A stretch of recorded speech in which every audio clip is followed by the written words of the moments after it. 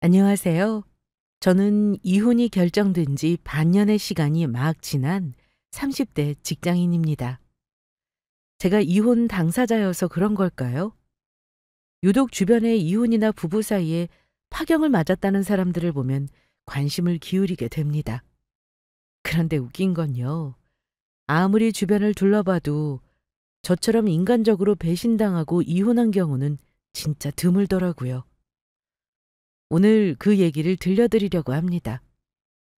아직 이혼의 여파가 가시지 않다 보니 감정적일 수도 있고 제 입장에서 이야기를 하는 부분이 많을 수는 있을 것 같습니다.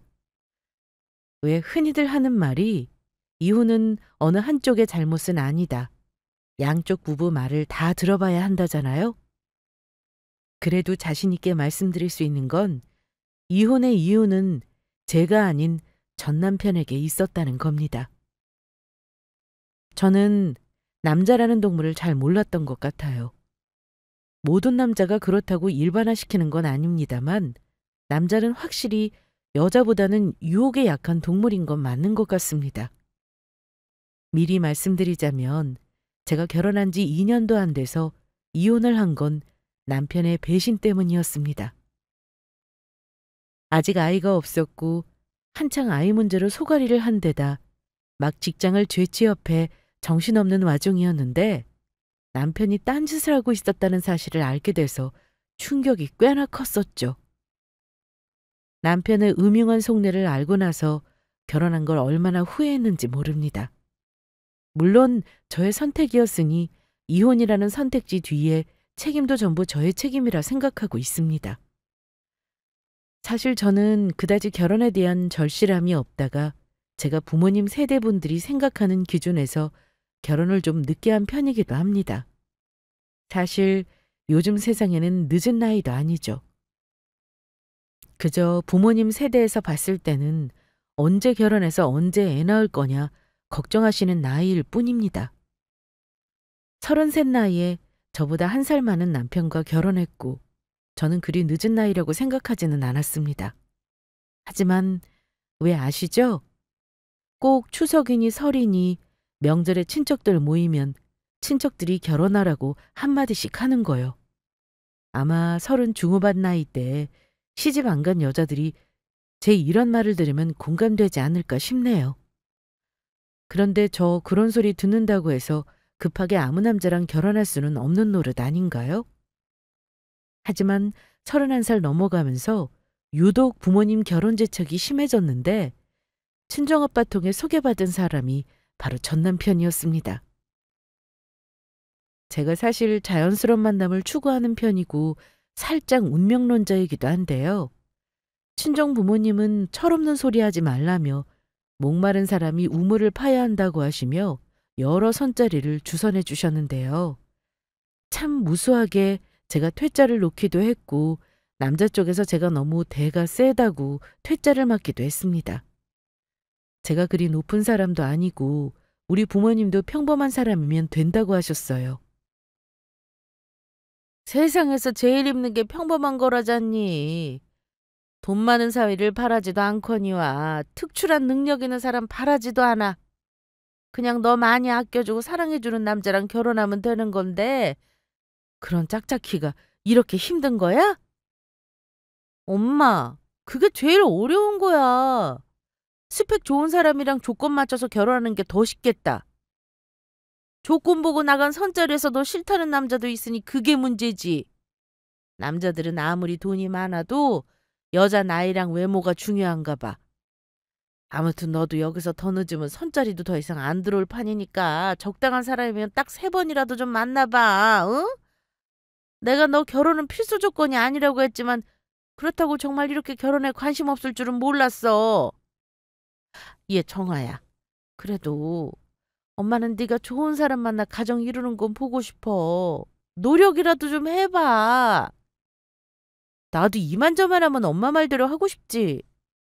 그렇다고 아무나 만날 수는 없잖아, 엄마. 제가 30 중반이 가까워지는 나이가 되니 부모님은 눈, 코, 입 달린 남자면 일단 데려오기라도 해보라고 하셨습니다. 그러다가 아빠가 정말 신망하는 회사 직원 통해 소개를 받게 되었는데 그 사람은 뭐랄까 잘생긴 외모도 외모지만 왜 이제껏 애인 없이 솔로일까 의심이 갈 만큼 젠틀하고 다정한 사람이었습니다. 이런 남자가 왜 여태 결혼을 안 했지 싶을 만큼 완벽했어요. 저도 이제껏 등 떠밀려 나간 자리에서와는 다르게 눈이 번쩍 뜨여 있는 느낌을 받았달까요? 늦게 배운 도둑질 무섭다고 하더니 왠지 그 사람과는 모든 게 쉽더라고요. 제가 적극적으로 나오기보다는 남자 쪽에서 결혼하자고 나오니 일이 더 빨리 진행되기도 했고 부모님은 특히 남편을 마음에 들어 하셨습니다. 사실 집안으로 보자면 비교할 수준도 못 됐어요. 왜냐면 저는 아빠가 중소식품회사 대표님이세요. 저는 아빠 회사를 아직까지는 굳이 물려받겠다는 열정은 없습니다. 디자인 일을 오랫동안 한 탓에 제가 하고 싶은 일 하겠다고 선포한 지 오래고 부모님도 받아들이셨거든요. 남편은 아빠 회사에 재직 중인 직원이에요. 그래서 처음에는 사실 만나기가 꺼려졌던 게 사실입니다. 하지만 아빠가 주변 평판 보고 너랑 나이도 맞고 놓치기 싫은 사람이라며 한 번만 만나보고 결정을 하고 하도 성하셔서 나간 자리에서 눈이 맞아버린 겁니다. 남편은 그 당시 입사한 지 8년 차 직원이었고 꽤나 주변 평판이 좋았다고 해요. 사람 좋고 친절해서요. 어쨌든 저도 아빠가 저에게 아무 남자나 소개해줄 일은 없었으니 믿고 만난 거고 생각보다 둘이 잘 맞아서 내심 놀랐습니다. 한 번도 소개팅 나간 자리에서 내 짝이다라는 느낌을 받은 적이 없었는데 어쨌든 상대방도 나를 좋다고 하니 신나게 연애를 했죠. 남편은 우리 아빠 회사에서 일하면서 포부가 아주 큰 사람이었어요. 아직은 중소기업 정도 회사지만 자기가 회사 발전에 기여하고 싶다는 말도 종종 했습니다. 결혼 전 남편은 당연히 제가 자기 회사 대표 딸인 걸 알고 있었고 저에게 의외라는 말을 한 적이 있어요. 나 같으면 우리 부모님이 사업하시는 거 당연히 이어받아서 하려고 했을 텐데 너는 어떻게 전혀 다른 일을 하는 거야? 아예 아버지 사업은 관심이 없어 보여. 그럼 나중에 처제가 물려받는 건가? 우리 집은 아들 없이 딸만 둘에다 제가 장녀였기 때문에 아빠 회사 경영을 궁금해했습니다. 제가 아빠 회사 일에 욕심내지 않는 것도 신기해했고요. 회사가 뭐 꼭 부모 자식 간 세습체제로 돌아가라는 법 있어? 전문 경영인한테 인수인계해도 되는 거야. 우리 아빠도 처음에는 나한테 일 가르치려고 부단히 노력하시긴 했어. 근데 적성이 아니고 내가 만약 아빠 반의 반도 못 따라가면 회사에 너무 피해를 주는 거잖아. 또 모르지. 나 결혼하면 사위한테는 좀 욕심이 있으실지? 와, 진짜 그럴 수도 있겠다. 내가 사실 장인어른 회사에서 벌써 10년 다 돼가잖아. 회사 돌아가는 사정도 빠삭하고 나만큼 아는 사람 몇 없을걸?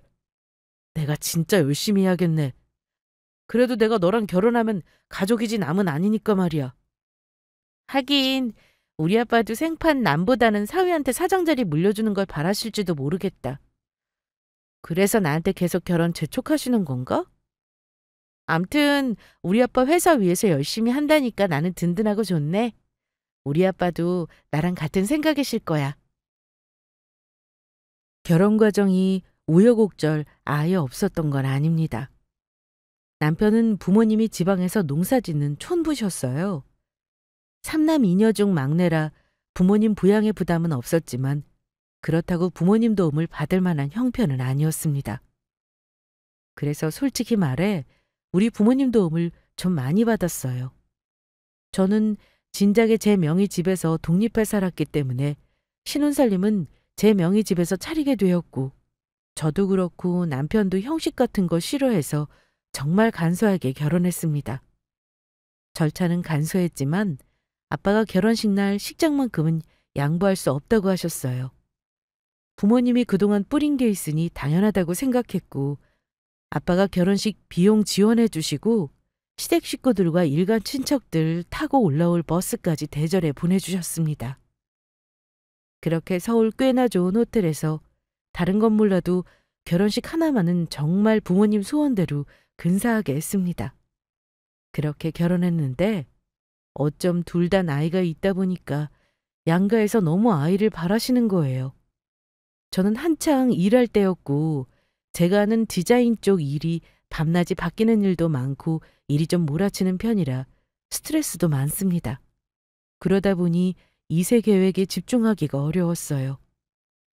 남편은 저에게 당분간 일을 쉬라는 말을 했습니다.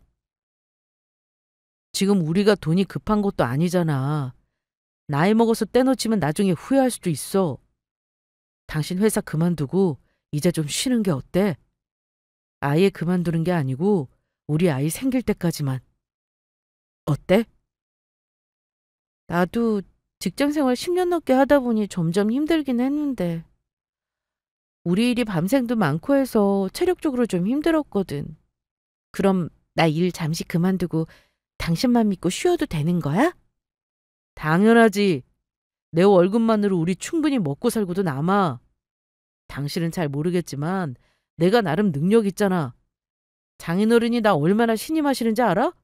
나를 완전 아들로 생각하신다니까.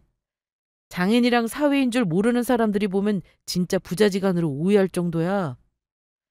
어쨌든 내가 그만큼 열심히 할 테니 당신은 그동안 못 쉬고 열심히 일했으니 푹 쉬면서 아이 가질 준비해. 저도 남편이 직장 쉬라고 하는 말이 내심 반갑더라고요. 왜 그렇잖아요. 직장에는 매달 월급날 금융치료 받을 때 빼고는 매번 보이지 않는 사직서를 품 안에 넣고 다니는 거요. 결혼했으니 남편에게 기댄다기보다는 잠시 휴식의 시간을 가지고 싶었습니다. 또 아이도 빨리 가지고 싶었어요. 그도 그럴 것이 결혼해서 우리 부부는 아이를 빨리 가지려고 노력했습니다. 하지만 반년의 시간이 흐르도록 아이는 생기지 않았고 마음은 점점 급해졌던 게 사실입니다. 안 그래도 내가 30대 중반을 향해 가는 나이고 체력까지 없으니 아이가 잘 안 들어서나 보다 했는데 남편이 마침 직장을 잠시 쉬라고 먼저 말해주니까 솔직히 너무 고마웠죠. 사실 남편 눈치 볼 필요는 없는 상황이었지만 그래도 하던 일을 그만둔다는 건 굉장히 용기가 필요한 일이었거든요.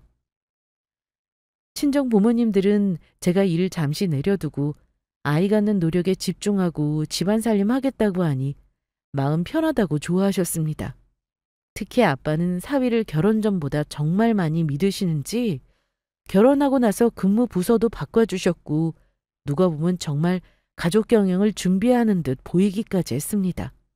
저야 아빠 회사에서 일을 안 하니까 돌아가는 분위기는 모르지만 남편에게 전해 듣기로는 회사에서는 아빠와 남편이 장인 사위 지간인 걸 대부분 알지만 다들 대놓고 말을 하거나 티를 내지는 않는다고 해요.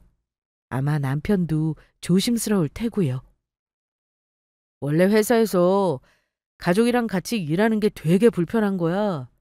내가 잘못하면 장인어른 얼굴에 먹칠하는 일이잖아. 그래서 진짜 열심히 하려고 노력한다니까. 혹시 내가 장인 믿고 건방지게 나댄다는 소리 할까봐 말도 아낀다니까. 진짜 실력으로 보여줘야 다들 찍소리 못할 테니까 나도 장인 등이 없고 잘 나간다는 말 안 듣게 열심히 하는 거야. 아빠도 당신 있어서 든든하다고 하시더라. 당신은 아직 불편하다고 하지만 아빠는 되게 좋으신가 봐. 얼마나 아빠가 당신을 아끼면 당신이랑 우리 아빠가 사실은 부자지간이었다고 소문났겠어? 뭐 부자지간? 그런 소문이 있대? 그걸 당신이 어떻게 알아? 아빠가 그러시던데? 원래부터 아들인 거 숨기고 입사시켜서 차근차근 영업일부터 시켜서 두각 나타내게 한 거라나? 결혼식 와서 본 사람들은 당신이 사위인 거 당연히 알겠지만 그냥 소문이라는 게 원래 그렇잖아. 자기 눈으로 안 본 사람들은 이 말 저 말 해가면서 부풀리는 거. 아빠는 그냥 내버려둔대. 아들은 아니지만 어찌 보면 가족이니 별로 기분 나쁜 소문도 아니라나? 장인어른 말이 맞지. 아무튼 장인어른한테 나는 거의 오른팔 역할이 되어가고 있으니까 당신은 그냥 나만 믿으면 돼. 장인어른이 앞으로 회사 더 하셔봐야 몇 년이겠어. 그때까지 계속 건강하시라는 보장도 없잖아. 아마 장인어른한테 나는 든든한 보험일걸? 남편은 그때부터 아예 우리 아빠 회사를 물려받고 싶다는 속내를 슬쩍 드러내기도 했습니다. 하지만 사실 남편이 잘하기도 참 잘했어요. 회사 일도 그렇지만 우리 부모님에게도 너무 잘했습니다. 시부모님은 지방이라 제가 자주 뵐 수는 없었는데 매달 우리가 드리는 생활비가 하루 이틀 늦게 입금되는 날을 제외하면 저에게 바라는 건 많이 없으셨어요. 도움도 안 주셨으니 어찌 보면 당연한 일이죠. 오히려 결혼할 때 우리 친정집이 생각보다 너무 잘 산다는 사실을 알고 나서 며느리 눈치를 보셨습니다. 남편 형제들은 다들 뿔뿔이 흩어져 살아서 명절 때 아니면 거의 얼굴 볼 일이 없다고 하더라고요.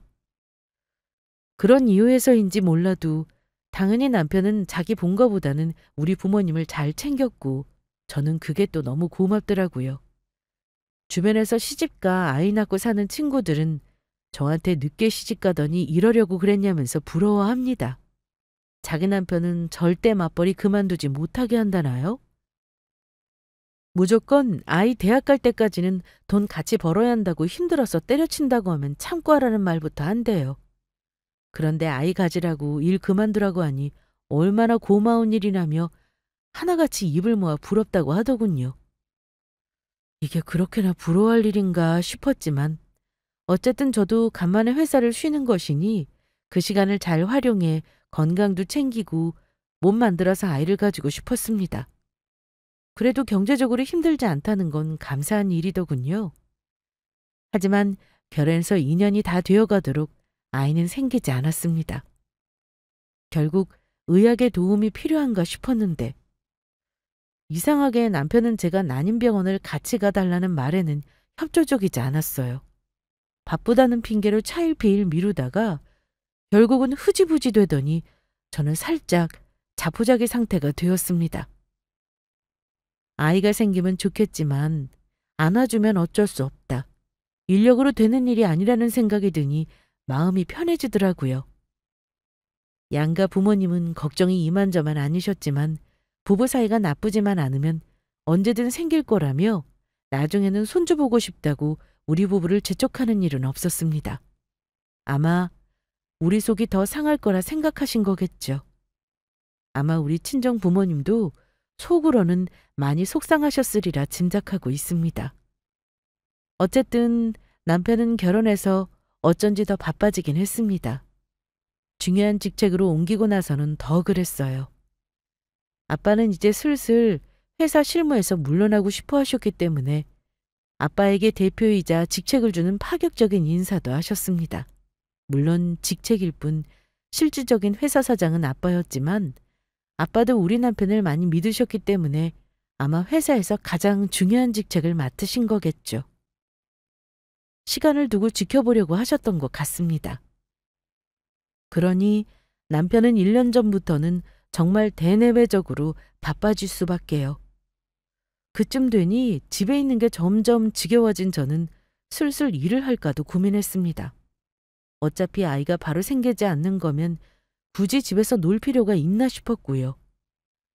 그렇게 결혼 생활이 1년이 넘어가고 2년이 다 되어갈 때쯤 저는 남편에게서 묘하게 다른 분위기를 느꼈습니다. 연애도 짧게 했던 우리 부부에게는 권태라는 것이 없을 줄만 알았습니다. 아무리 바빠도 남편은 언제나 주말이면 데이트를 하자고 했고 저와 함께 맛집도 다니곤 했었어요. 그런데 점차 회사 일과 출장을 핑계로 저와 함께 시간을 보내는 일이 줄어들었습니다. 남편의 말투도 변함없이 똑같이 다정하지만 어딘가 예전 같지 않다는 느낌을 받았습니다. 뭐가 변했다는 건지 콕 집어 말할 수는 없었어요. 아마 그런 태도를 두고 결혼 전과 후가 다르다고 해야 하는 걸까요? 아무튼 확실히 결혼 후 남편은 바빠지기도 했고 저에게 소홀하다는 느낌을 받았습니다. 여보, 우리 요즘 서로 너무 소원하지 않아? 예전에는 아무리 바빠도 주말에는 출장이니 뭐니 안 가더니 왜 요즘에는 주말도 이렇게 바쁜 거야? 알잖아. 장인어른이랑 골프 약속도 있고 거래처 사람들 만날 때 내가 모셔야 하는 거, 내가 딴짓하는 거 아니고 회사에 도움되는 일 하느라 이렇게 주말까지 반납하는 거야. 당신이 당연히 이해해줘야지. 요즘 한창 바쁠 때라서 그래. 대충 마무리되면 우리도 오래간만에 여행 다녀오자. 제가 서운해하니까 남편은 회사 일 핑계를 대면서 미안하다고 저를 달랬지만 저는 이해가 안 가긴 했습니다. 회사 일을 집에서까지 끌고 들어오는 사람이 뭐 얼마나 많겠습니까? 남편 말로는 회사 일이라고는 하지만 그래 보이지 않다는 것도 문제였습니다. 가령 집에서 거의 핸드폰을 손에 들고 놓지 않는다든가 제가 뭘 물어보면 건성으로 듣고 정신이 딴 데 팔려 있는다든가 하더라고요. 하지만 남편이 외박을 한다거나 회식이 잦다거나 하지는 않았습니다. 귀가가 늦는 편도 아니었고요. 오히려 바쁘게 사는 남편에게는 왠지 모를 생기가 느껴질 정도였습니다. 저는 아빠에게 인정받고 자기 회사처럼 일하는 남편이 내심 보기 좋았고 변화를 느끼면서도 크게 신경 쓰지 않았어요. 그즈음 저도 재취업 준비를 하고 있었기 때문입니다. 솔직히 말하면 저는 아이가 생각대로 들어서지 않는 것에 스트레스를 받긴 했어요. 겉으로는 순리대로 되겠죠 라고 했지만 마음고생한 건 맞아요. 친정이야 그렇다 쳐도 시댁은 워낙 촌어른들이라 결혼하면 아이를 낳아야 며느리돌이를 하는 거라며 명절에 만나기만 하면 아이 얘기를 했고요. 남편 형이나 누나들은 다들 일찍 결혼한 탓도 있지만 아이 가는 문제 때문에 속 썩은 사람은 없었다고 하면서 저에게 문제가 있다고 혀를 차신 적도 있습니다. 그래서 시댁에 갈 때마다 불편했어요. 저에게는 아무래도 핑계가 필요했고 그래서 재취업을 하기로 마음먹었습니다. 회사 몇 군데에 이력서와 포트폴리오를 넣고 연락을 기다리고 있었고 마침 괜찮은 곳에서 경력직으로 저를 채용해 같이 일해보고 싶다는 곳이 있었어요. 그래서 저도 생각보다 재취업에 성공했고 직장 생활을 다시 시작했습니다. 그러다 보니 남편과 저는 저녁 시간이나 아침 시간에 잠깐씩 얼굴 보는 일 말고는 대화도 많이 줄어들게 되었죠. 어쨌든 다들 맞벌이 부부들 이렇게 살잖아요. 남편과 딱히 사이가 나쁘지도 않았고 순리대로 산다고 생각했습니다. 그리고 저는 남편이 저에게 소홀해졌다고 해도 설마 하니 다른 짓을 한다고는 상상도 해보지 않았습니다. 저는 그만큼 남편을 굳게 믿고 있었어요.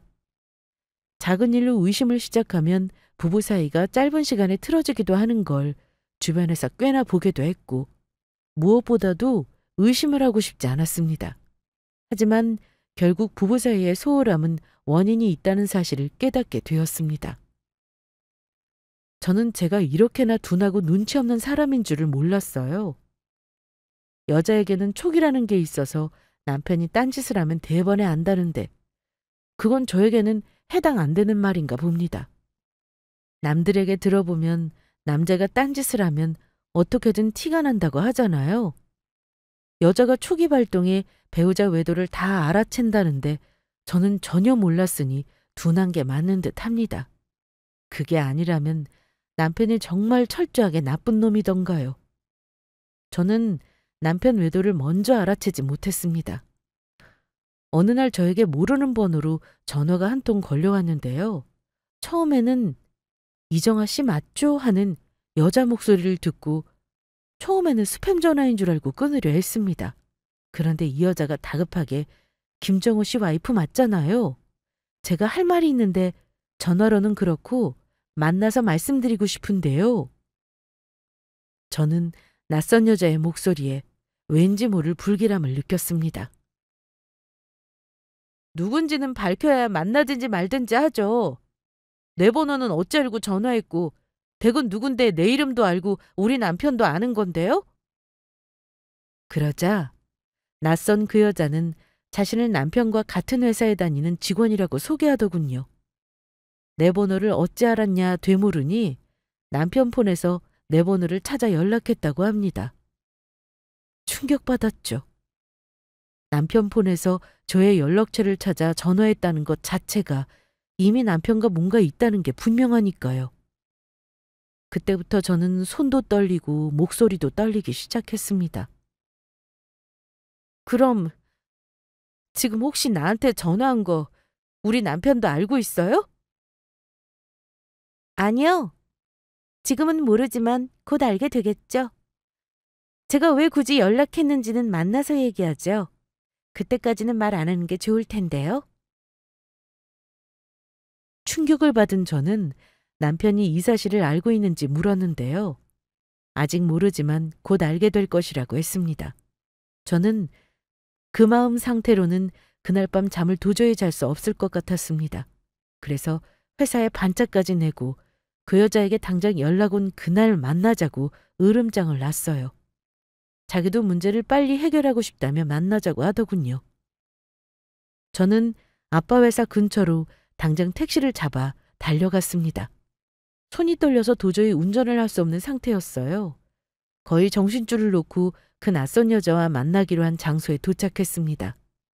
안으로 들어갔더니 저는 그 많은 사람 중에서 저에게 딱 시선을 쫓는 여자를 보고 알겠더라고요. 저에게 전화한 여자라는 걸요. 혹시 아까 나한테 우리 남편 일로 할 말 있다던 분 맞나요?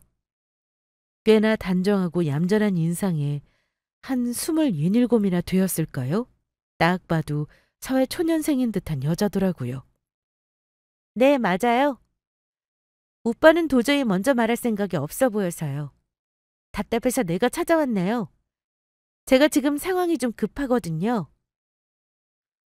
상황이 급하다니 뭐가 급하다는 거죠? 저 돌려서 말 안 할게요. 되게 남편이랑 아니, 오빠랑 저 사랑하는 사이예요. 벌써 만난 지 1년이 넘었고요. 가정이 있다는 사실 다 알고 정리하려고 했지만 도저히 못 헤어지겠더라고요. 그래서 오늘 단판 지으려고요. 오빠랑 헤어져 주시죠. 이혼해 주셔야겠어요. 요즘 젊은 아이들은 저렇게나 천지분간을 못하고 뻔뻔한가 봅니다. 누가 보면 마치 자기 남편을 도로 찾아가는 듯한 행태더라고요. 그리고 놀랍게도 자신과 남편이 서로 사랑하는 사이라고 직설적으로 말했습니다. 바람 피운 당사자가 본처에게 헤어져 달라는 이 상황이 정상은 아니잖아요? 이보세요. 누가 누구더러 이혼을 하라 말아야. 당신 지금 무슨 말 하는지 알고는 있어요? 남편이랑 바람 피워놓고 지금 뭐가 그렇게 당당해요? 그랬더니 눈 하나 깜짝 안 하고 이러는 겁니다. 그리고는 저에게 초음파 사진 한 장을 내밀더라고요. 바로 태아의 초음파 사진이었습니다. 네, 저 당당해요. 사랑해서 만났고 그 결실이 생겼는데 제가 당당하지 않을 이유가 없죠. 그래서 이혼해달라는 거고요. 저 오빠 아이 임신했거든요. 제가 마음고생했던 부분을 건드리니 그 순간 와르르 마음이 무너지더라고요. 간신히 정신줄을 부여잡고 제가 물었죠. 너 그 사람 유부남인 거 알고 만났어? 아까 내 남편 회사 다닌다며? 너 우리 그이 유부남인 거 모르는 사람 없을 텐데 알고 만난 거지? 네. 근데 손뼉도 마주쳐야 소리 나는 거 아시죠? 저 신입사원으로 입사할 때 면접 때부터 저한테 반했다고 한 사람이 그쪽 남편이에요. 당연히 알고 만났고 회사 대표라는 것도 알아요. 오빠가 저한테 약속한 게 있어요. 오빠가 나중에 내 뱃속 아이한테 무조건 물려주겠다고 했거든요. 제가 그런 귀한 애를 가졌으니까 이만 본처 자리에서 꺼져 주셔야겠어요. 뭐? 아이? 우리 그이랑 둘이 만난 것도 모자라서 아이를 가졌다고? 그러자 너무나 당당한 표정으로 저에게 이러더군요. 내 입으로 2번 말해야 이혼해 줄 건가요? 오빠가 알아서 하겠다고 하는데 대체 내가 언제까지 기다려야 하냐고요? 나 애 낳고 이 아이 호적에도 못 올리면 내가 가만히 있을 것 같아요? 어차피 그쪽은 애도 못 낳는다면서요. 그럼 우리 오빠 회사 대물림 해줄 애도 못 낳는 건데 오빠 옆에 있을 이유가 있나요? 내가 이렇게 나서야 해결될 것 같아서 찾아온 거니까 빠른 시일 내에 결정하고 연락 줘요. 취업했다고 들었는데 본인 먹고 살 밥벌이는 해서 다행이네요. 뭐? 나 원참. 이 바퀴벌레 같은 것들이 지금 뭐라는 거야?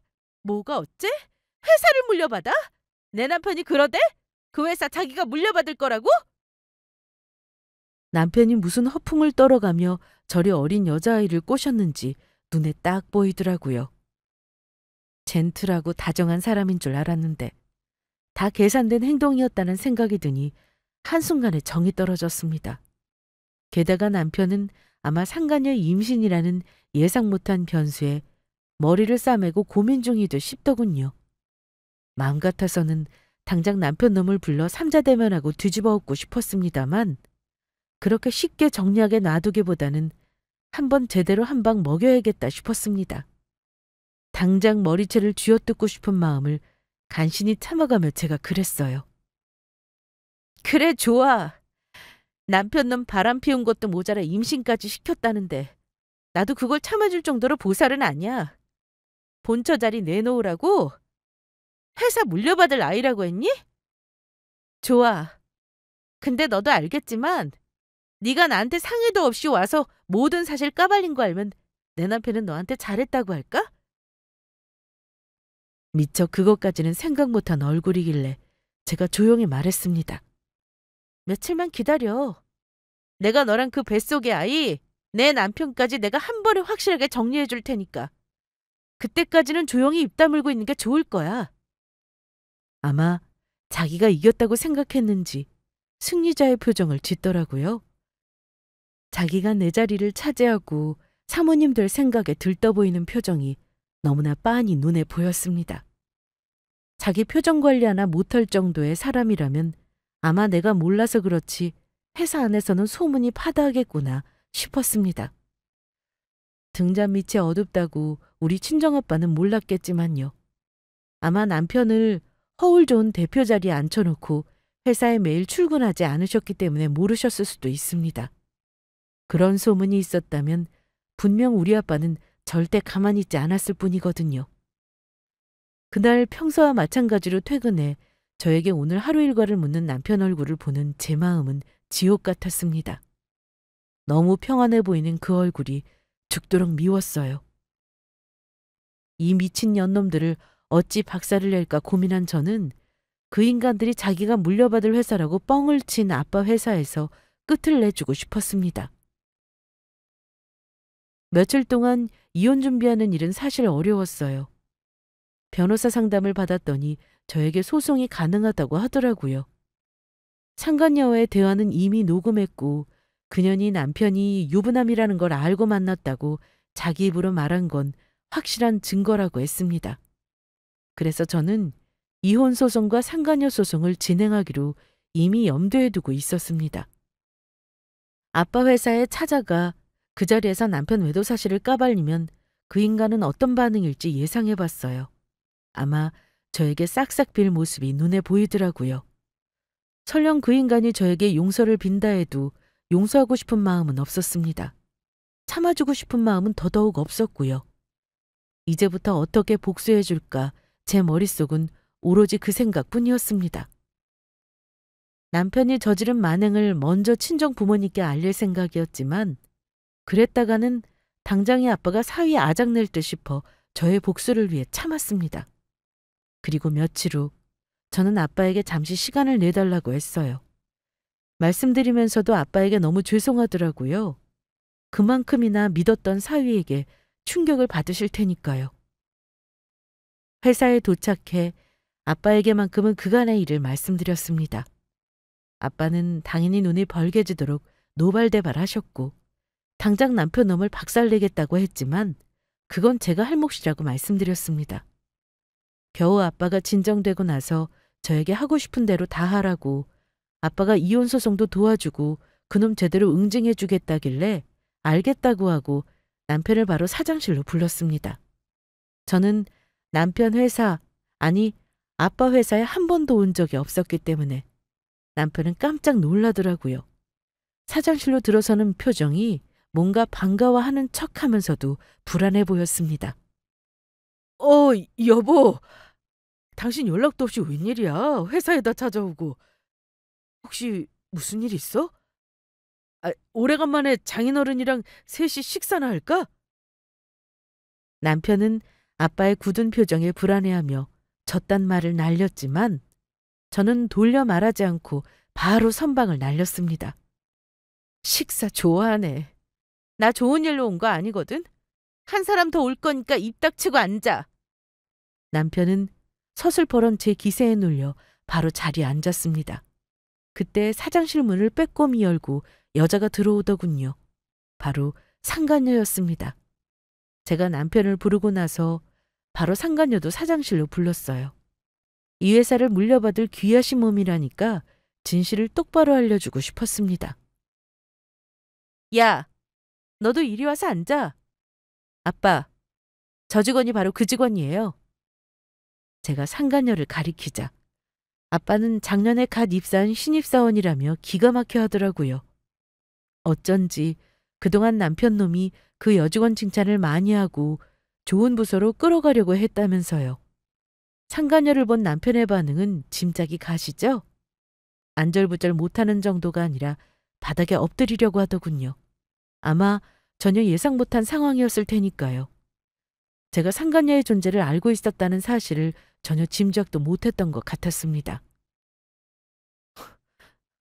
여보, 장인어른, 제가 일단 설명할 테니 저 직원을 여기서 내보내시죠. 여기에 있을 만한 사람이 아닌데요. 저는 남편의 말을 바로 막았습니다. 오늘 이 자리에 가장 있어야 하는 사람이니까 닥치고 있어. 그리고 역시나 남편과 마찬가지로 돌아가는 상황이 뭔가 이상하다고 느낀 상간녀가 입을 달싹거리며 말했습니다. 장인어른이라니요? 오빠가 회사 대표인데 왜 오빠 회사가 장인까지 와 있는 거야? 저 여자가 설마 장인어른 불러서 이혼 말리는 건가? 끝까지 사태 파악을 못하는 듯해서 저는 바로 상간녀에게 말해줬습니다. 근데 어쩌니? 네가 뭘 잘못 알아도 아주 단단히 잘못 알고 있는데 이 회사 저 인간이 대표라고 알고 있겠지만 사실은 법인 등기부에서는 저 인간 이름 두 글자도 안 올라가 있는 바지 사장이거든? 이 회사? 저 인간 회사가 아니라 내 친정아빠가 평생 일구어신 회사야. 알겠니? 너는 그 회사에 입사해서 월급 받아먹는 일개 사원이고 나는 이 회사 대표 딸이야. 돌아가는 상황 제대로 파악해봐. 저는 이렇게 말하며 상간녀에게 미리 준비해온 회사 법인 등기부와 상간녀 소장을 날렸습니다. 뭐라고요? 이 회사가 그쪽 아빠 회사라고요? 그럴 리가 없어요. 똑바로 확인해. 여기 계신 분이 내 아빠고 회사 오너니까. 그리고 소장 똑바로 보고 나한테 줄 위자료 준비해라. 서류를 받아든 상간녀는 사색이 되더라고요. 그리고는 털썩 자리에 주저앉았습니다. 남편을 원망스러운 얼굴로 쳐다보더니 남편 놈은 상간녀가 들고 있는 서류를 확 낚아채더니 손까지 덜덜 떨었습니다. 저 인간이 너 같은 어린 년을 뭐라고 꼬셨는지 안 봐도 뻔하다. 아마 회사가 자기 거라고 나중에 네 걸로 만들어주겠다고 허영심 자극했겠지. 넌 그걸 믿고 임신까지 했겠지만 저 인간이 과연 아이 가졌다고 기뻐했을까? 아마 속으로는 제대로 꼬였다고 생각했을걸? 제가 이렇게 말하며 남편 놈을 노려보니 그 인간 뭐라 말도 못하고 울상이 되더라고요. 아마 이제는 망했다 싶었겠죠. 당신은 아마 가볍게 놀다 버릴 생각이었는지 몰라도 저 여자는 진짜던데? 당신이 이 회사 사장이라고 아주 철석까지 믿고 있더라? 너랑 나 사이에 죽어라 애가 안 생기더니 이제 보니 그게 하늘의 뜻이었나 봐. 너 같은 인간하고는 애도 낳지 말라는 조상님 도움이네. 이 나쁜 놈아. 둘 다 회사 못 다니게 될 거란 건 예상하고 이직거리 했을 거라고 믿어. 아빠가 너희 둘 다 오늘부로 해고라고 했으니까 둘이 한번 잘 살아봐. 물론 당신이란 건 당연히 이혼이야. 당장 내 집에서 짐 빼줘. 시간은 딱 하루 줄게. 그때 남편 놈은 뻔뻔한 얼굴로 두 손을 비벼가며 용서를 빌었습니다. 여보, 이혼이라니! 이혼이라니! 시골에 계신 우리 부모님 쓰러져. 그러지 말고 나 한 번만 용서해줘. 어? 내가 정리할게. 나 이혼했다고 사람들에게 오르내리는 거 싫어. 그리고 너도 지금까지 나랑 결혼 생활 좋았잖아. 안 그래? 그리고 당신이 몰라서 그러는데 나 걔랑 노는 게 좋았던 거지. 당신이랑 헤어지고 걔랑 결혼하고 싶은 거 절대 아니야. 내가 미쳤어? 저는 남편의 말에 화가 더 치솟았습니다. 내가 이런 쓰레기를 못 알아보고 내 집에 들였구나 싶더라고요. 이런 남자를 용서할 필요는 없겠다는 건 분명했습니다. 그때 남편은 하는 말을 듣던 옆에 있던 상간녀가 남편은 머리를 갑자기 쥐어뜯더라고요. 뭐? 야, 이 나쁜 인간아! 여자를 임신시켜놓고 책임진다고 해놓고 결국 네 본처한테 빌어? 이 회사는 뭐야? 네 거라며! 네가 우리 아기한테 물려준다며! 다 뻥이었냐? 내가 가만히 있을 줄 알아? 너 혼인빙자 사기죄로 감빵 보낼 거야! 남편 놈은 머리털이 뜯기며 비명을 지르고 그 자리는 완전 아수라장이 되어버렸습니다. 아빠는 그 난리 속에서 딱 한마디 하시고는 사무실을 나가버리셨어요. 둘 다 내 회사에 내일부터 나오지 마! 해고야! 내 딸을 속이고 감히 내 회사에서 이런 무리를 일으켜? 자네는 은혜를 원수로 갚는 사람이구만. 내 딸하고 이혼하게. 그리고 다시는 이 근처에 얼씬도 하지 마. 나한테 얻어 터지고 싶지 않으면 조용히 전현 데리고 나가. 남편 놈은 자기 내연녀를 데리고 어쩔 수 없이 사장실을 나가더라고요. 아마 그날 회사 안에 소문이 파다했을 겁니다. 하루아침에 두 직원이 해고를 당했는데 그 사유가 불륜이었으니까요. 후에 아빠에게 들은 얘기인데 다른 동종업계로 가기도 힘들 거라고 했습니다. 아빠가 블랙리스트 알려주듯 동종업계 소식통으로 이미 남편과 그년 신상을 알렸다고 하시더라고요. 아마 어디 지방에 나가서 엉뚱한 일하고 먹고 살아야 될 거라고 하는데 속이 다 시원했습니다. 그 후 저는 이혼소송과 상간녀 소송을 같이 진행했어요. 남편에게는 위자료 4천만 원과 상간녀에게는 1,500의 위자료를 받고 정리했습니다. 막장인 것 치고는 이혼은 꽤나 심플했습니다. 협의 이혼이 빨랐겠지만 저는 그 인간을 애먹일 때까지 애먹이고 싶어서 소송을 했는데 후회는 없습니다. 듣자니까 애가 졌다는 상간녀는 낙태를 했다고 하더라고요. 그리고 남편과도 정리했다나요? 하긴 허영심 있는 년이 아무것도 없이 쫓겨난 전남편 놈 옆에 있을 리가 없죠. 어쨌든 아기는 지은 죄가 없는데 한 생명에게 그리 지은 죄를 또 어찌 받을지. 분명 그 인간들 죄값을 톡톡히 치를 거라 생각합니다. 그 이후로도 전남편은 저에게 가끔 전화를 걸었지만 저는 한 번도 전화를 받은 적이 없어요.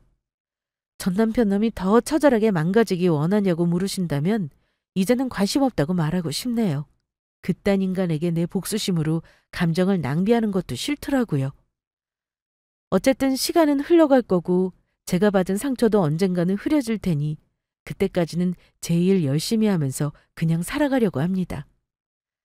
제가 누군가를 또 만나 또 결혼을 하게 될지 아닐지는 몰라요. 하지만 한 가지는 확실합니다. 혼자인 지금이 이혼 전보다 행복하다는 사실이요. 그러니까 혹여 남편 외도를 참는 분이 계신다면 자신을 위해 절대로 참지 말라고 조언하고 싶습니다. 제일 소중한 건 나이지 참아가며 가정 지켜봐야 아무 소용없다고 말입니다. 꼭 나를 위해서 사셨으면 좋겠어요. 유쾌하지 않은 저의 이혼 사연을 들어주신 모든 분들에게 감사의 말씀을 드리면서 저는 이만 물러가겠습니다. 감사합니다.